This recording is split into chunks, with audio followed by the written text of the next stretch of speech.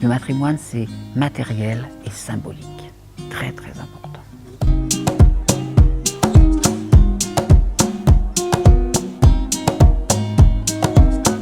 Donc, je m'appelle Jeanne Champagne, je suis metteuse en scène et arrivant un peu, je dirais, à la fin d'un parcours important à partir d'œuvres de femmes, je me suis dit que ce serait formidable de proposer un projet sur la transmission du matrimoine.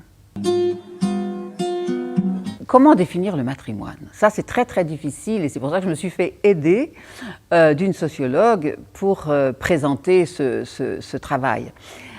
C'est un enjeu très très important, très actuel, parce que l'histoire, notre histoire, l'histoire des arts a été écrite par les hommes. Donc il est temps de libérer de l'espace et de retrouver l'histoire, de relire l'histoire à travers les femmes. Julie Victoire d'Aubier, qui est la première femme qui a passé le bac clandestinement, expliquait qu'à cette époque-là, les jeunes femmes ne pouvaient pas passer le bac. Hubertine Auclair, qui nous a permis de voter, quand même, qui s'est battue pour le droit de vote. Louise Michel, on lui fait un boulevard, c'est quand même extraordinaire. Vous savez, il y a très peu de villes en France où on a fait un boulevard à Louise Michel, quand même. Extraordinaire comme une arde. Je voulais en citer une que j'ai découverte, c'est Séverine, première journaliste. Extraordinaire journaliste. Et puis je pense bien sûr à Gisèle Halimi. Enfin pour moi c'est Gisèle Halimi, Simone Veil, c'est l'IVG et c'est quand même ce qui nous a rendu à nous, toutes femmes et hommes aussi, notre liberté sexuelle et qui nous a rendu notre corps. Et sans le corps, sans la possession du corps pour les femmes, il n'y a pas d'émancipation. Ce sont des femmes remarquables qui ont marqué pour moi l'histoire et qui pourraient marquer profondément des jeunes gens, des jeunes filles d'aujourd'hui.